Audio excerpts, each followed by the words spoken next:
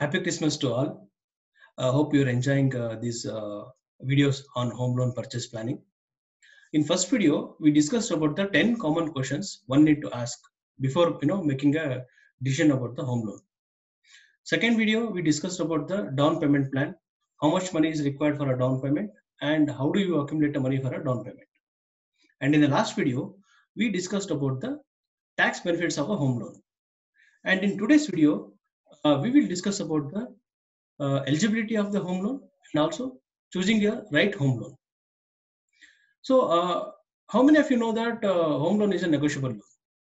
And how do you negotiate? For example, usually the CIBIL score has to be 750 plus to get a better interest rate and for the eligibility of a home loan.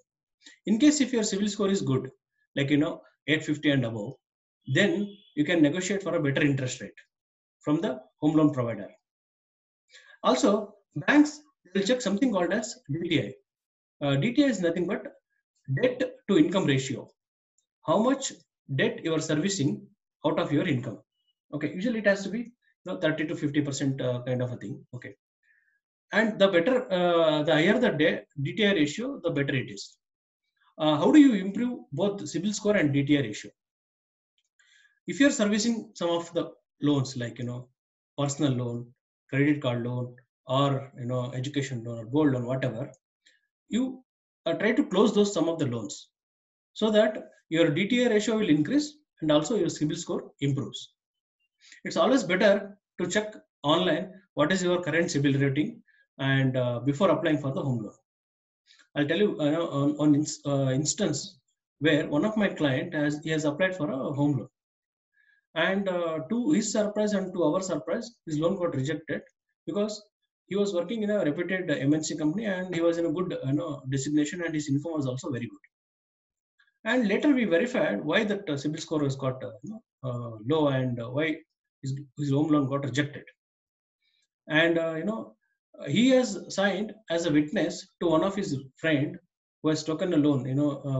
5 years back, one of his friend has taken a loan, and my client has signed as a witness. And his friend has defaulted 2 EMIs.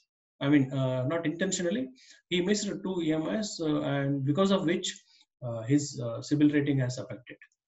So be careful. It is always better you go and check CIBIL score.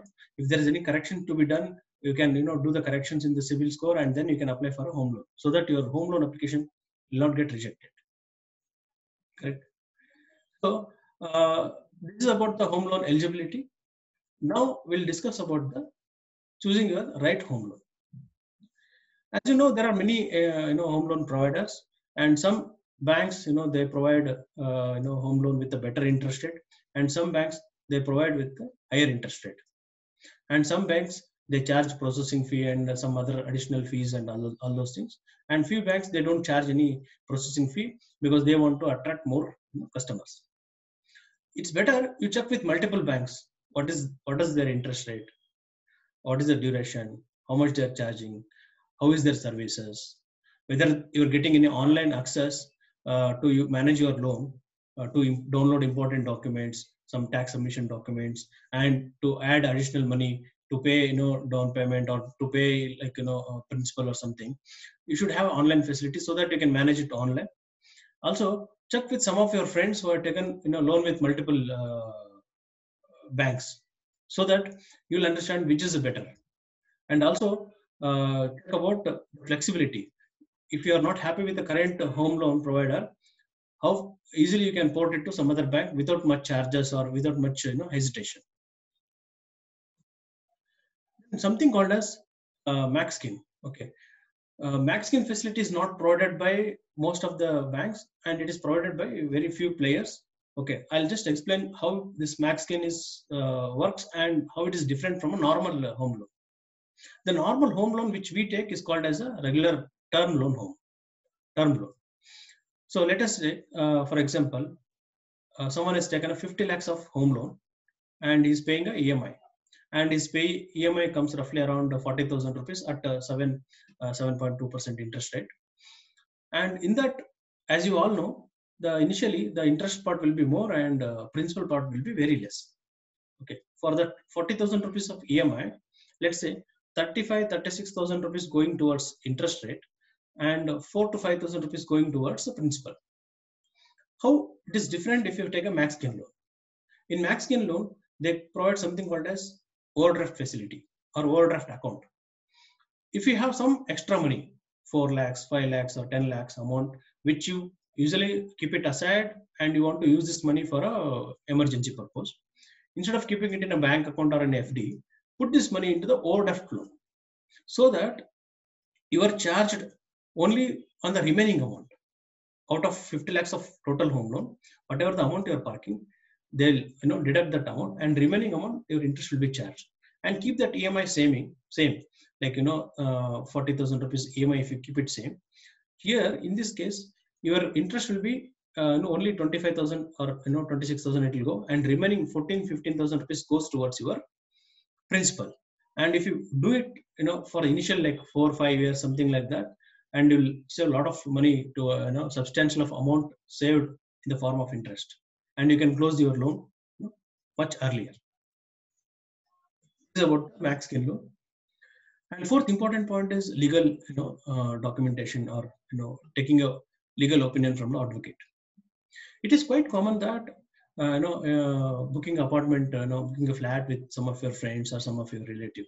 Your friend has taken a a particular flat in particular apartment, and it is quite good, and you also want to book it. In that case, what you do is both of you check with separate advocate, two advocates, verify all your documentations and pay some fees like 5,000, 10,000, whatever they're charging, pay, and it's worth. Take a legal proper opinion before getting onto the contract, or before doing a sales registration. It's always better to verify all these documents properly, and so that later it should not be any issue or something like that. Finally, when you take a home loan, keep an eye on interest rate, because RBI reduces interest rate once in quarter, or every time they review, and sometimes they reduce the interest rate. Whether your bank, they are reducing the same interest rate, and every year how much principal you paid, how much interest you paid, what is the current interest you are servicing the home loan, what is the RBS rate, everything you keep an eye and review it. In case if you are not happy, don't hesitate, port it from existing home loan service provider to the competitor who is offering you a better rate, and you're able to save a good amount of money. Hope all these small nuggets will definitely help you in choosing a right home loan and also checking your eligibility. Thanks for watching this video. Please do share this video with your friends and families. Happy Christmas and happy New Year to all of you. Thank you.